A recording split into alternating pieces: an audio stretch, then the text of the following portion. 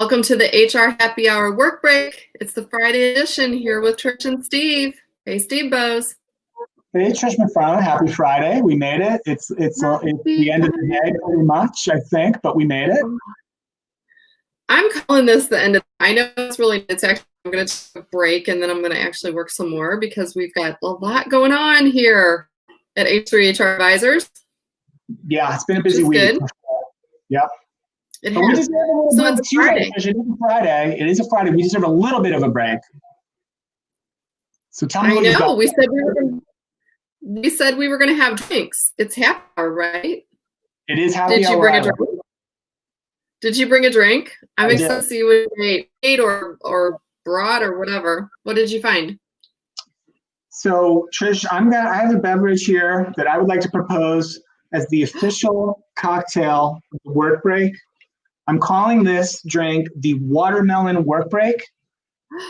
And it consists of cucumber, lime, mint, gin. I'm using Aviation gin, my preferred gin of choice. Shout out to Aviation. Fresh watermelon juice. Oh my gosh.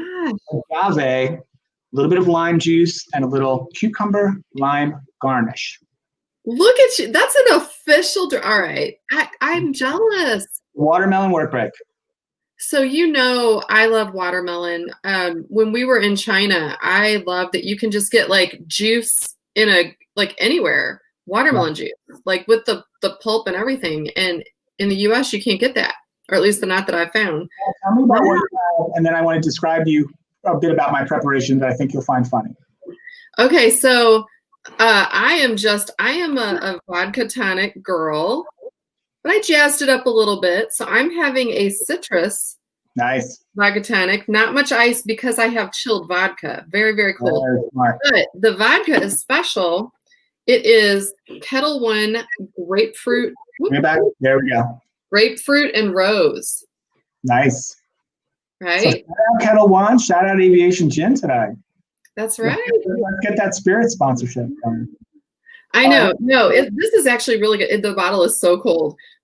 This is really nice. It's very refreshing, and you don't even really need to add much. Like, I don't add anything. I haven't added juice or anything else to it. So, look, cheers. Cheers, everyone. Cheers. My taste. Mm-hmm. Where did you find that recipe? I will shout her out. Our friend and partner, Karen Hunter, sent it to me. She was aware that today was the happy hour work break cocktail hour.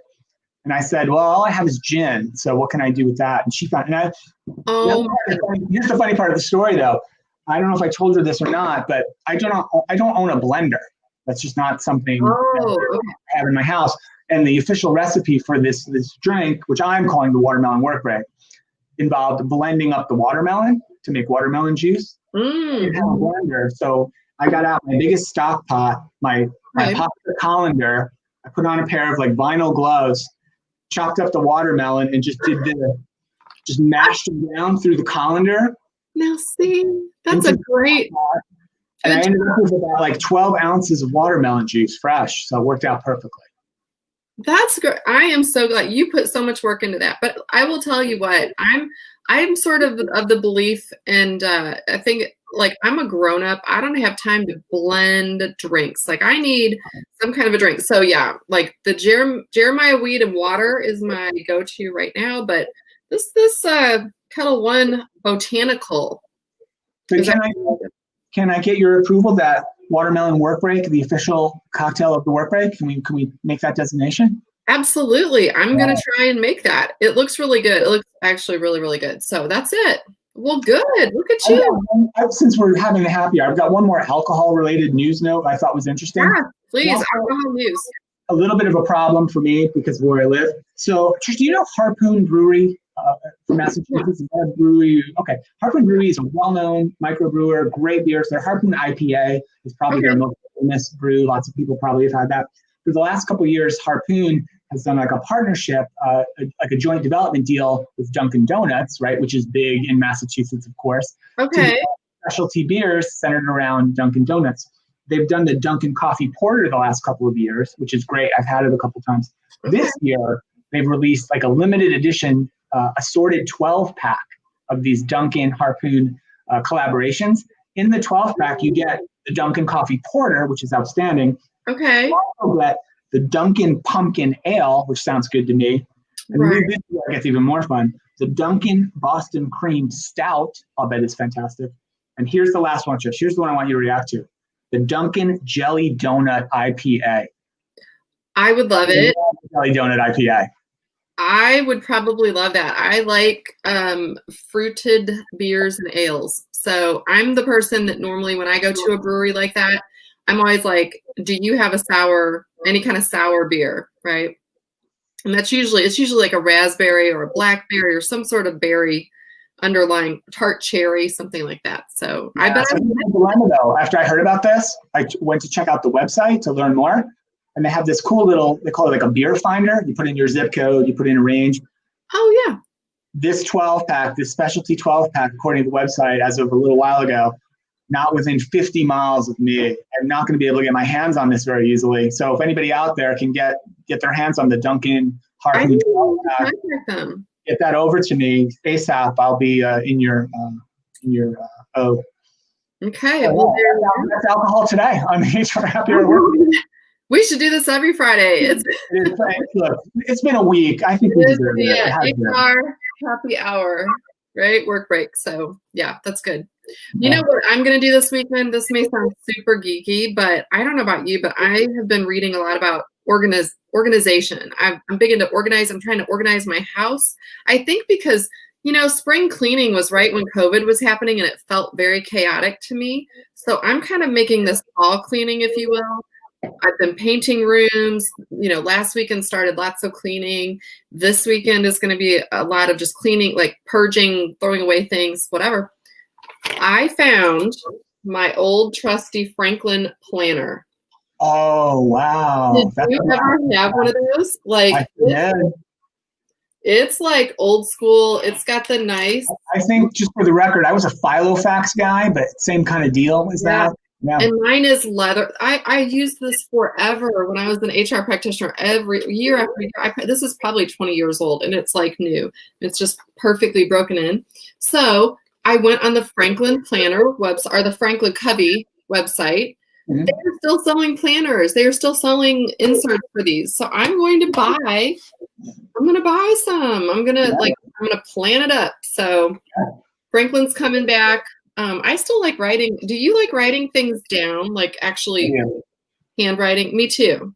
Yeah. So like we do all these calls, all these demos, all these meetings, Trish. Mm-hmm. Everything goes in one of these notebooks and I have them numbered and the dates. I'm still a write stuff down guy. Yeah, absolutely. I'm also big on my, Karen Hunter got me these, and that's my Rocketbook. If anyone out there has not tried Rocketbook, this is actually the older version. I have the newer version as well. I'm going to show you a blank page, but you write on it with these special pens, and there is a QR code, and there's other things down at the bottom. They're very hard to see, but basically when you write them on there, you can take a screenshot with the QR code, and you can have it automatically go to your email, to your Trello board, to your Evernote, whatever you use to organize yourself online.